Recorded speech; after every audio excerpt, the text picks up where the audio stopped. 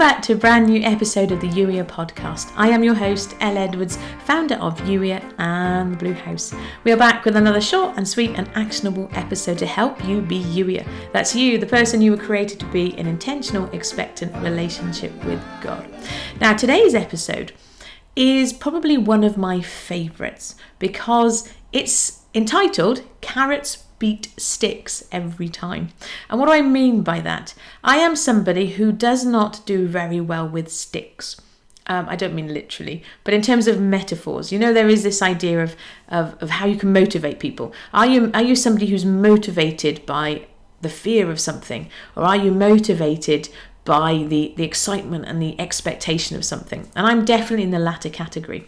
But there's a verse that I came across a number of years ago, Psalm 67 verse 1 and 2. And I know a number of you have heard me quote this before because it is another one of my favourites. But Psalm 67 verse 1 and 2 says, "May God be gracious to us and bless us and make his face shine on us, so that your ways may be known on earth, your salvation among all the nations." It's that reminder that when you thrive, you help demonstrate the goodness of God, and in so doing, you bring salvation to the nations. Now, I could end this episode right there, and that would be all I need to say. However, it would be a very short episode, and I'm sure there is more to expand upon. But the reason why I get really excited about this is because we've all probably, and I don't want to speak for you, but I suspect that most people following along will have had times in their lives when things are difficult and it drew you closer to God. Maybe you got to this point where you're like, I don't know what else I can do. God, this is yours, you do it.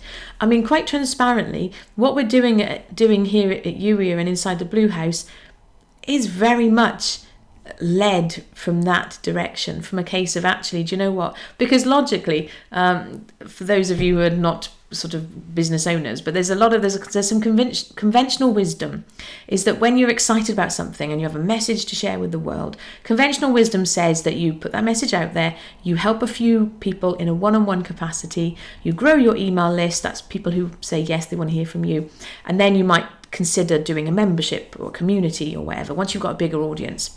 However, God gave me Youier and I'm very excited about it, and I've explored it for a number of years, and a number of times I've said, okay, you've explored what one-on-one would look like following the conventional wisdom.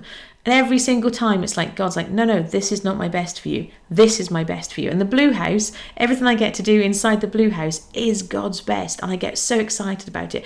And every single time we meet on Zoom, I'm just so blessed. They're just an incredible group of people. They're just brilliant humans. And so I know that God's way is his best for me and how I like to show up and do life.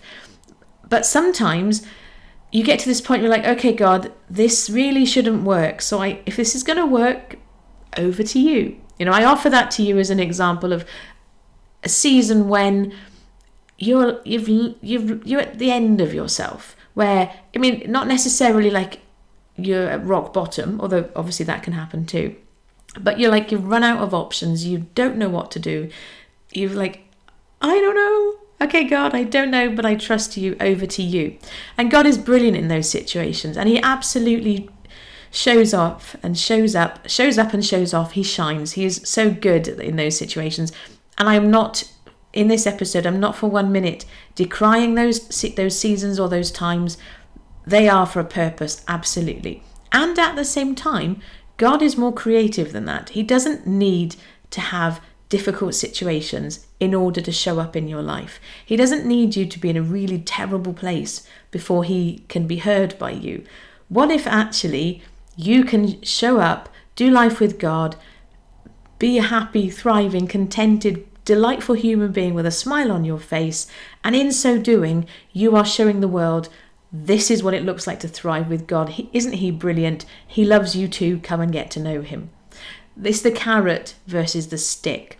And so what if the goodness of God in your life is as beautiful a thing and as wonderful an opportunity for God to shine as those difficult moments? Because yes, when you've had a difficult time, it's a good story. It's a good testimony. There was this thing in my life. It was really difficult, and God helped me because He's brilliant. Isn't that wonderful? And yes, it is absolutely wonderful, and we love those times.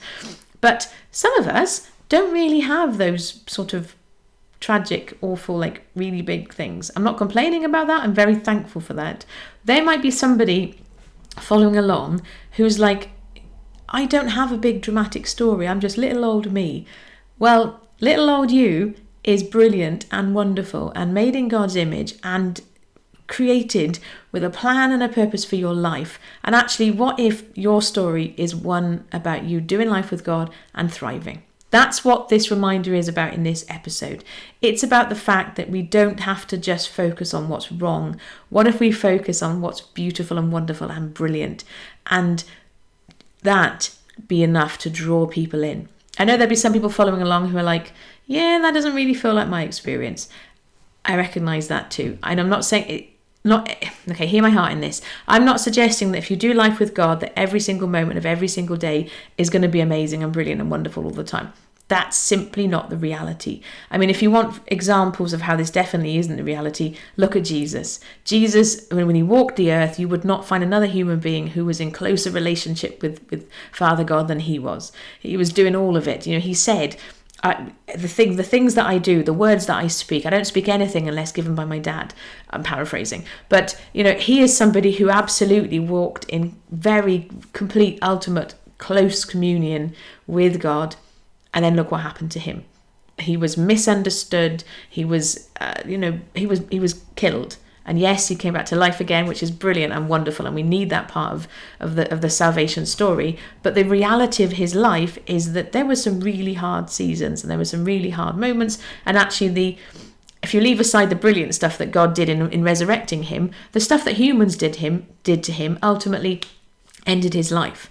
So we cannot fall for the misconception, oh, well, so long as I do life with God close enough, everything will be brilliant. That's not true. And if that's something that you've been hearing, I'm sorry to be the one to break it to you. Sorry, not sorry.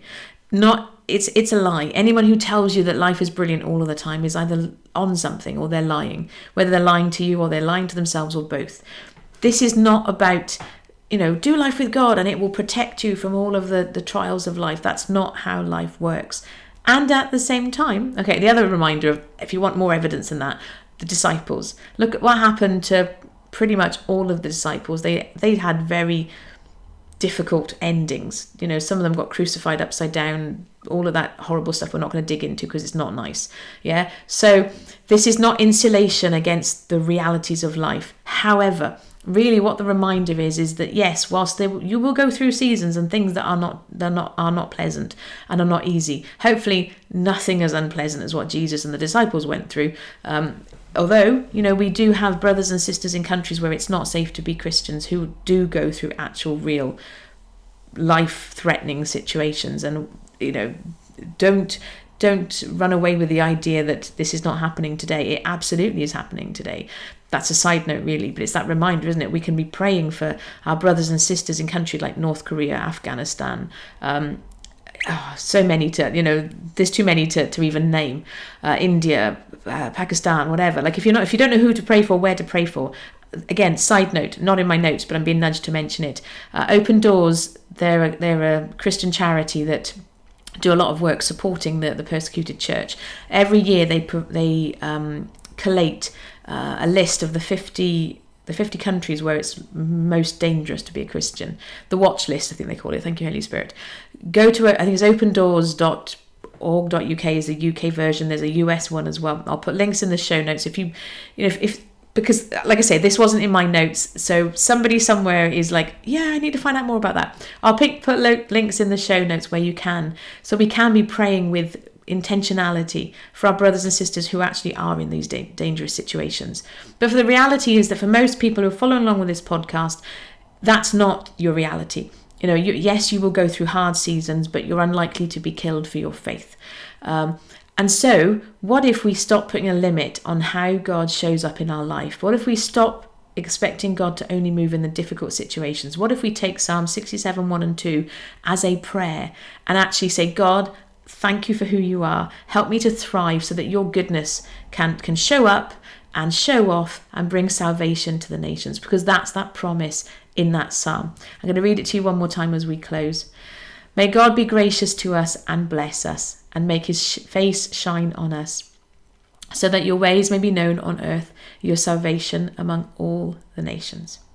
That can be our prayer. You do not have to just be demonstrating how brilliant God is in the hard seasons. God is very capable of showing up in your life, even today when you're having a delightful, beautiful day. There's no real plaything for this one this week. Instead, I just want you to start noticing and maybe ask God, okay, God, how do you want to show up in my life today? What does it look like for me to thrive with you today? Okay, we did have a plaything after all. That's what God does, I guess. So start noticing, start having those conversations. With that reminder, if you know somebody who would benefit from this episode, like I say, there's a few things that we've mentioned today that weren't in my notes. So there might be somebody somewhere who needs this. Please do share it with them, so that because I don't know who needs it, and I don't know who I don't know. And thank you in advance for doing so. I look forward to catching up with you very, very soon. Take care. Bye-bye.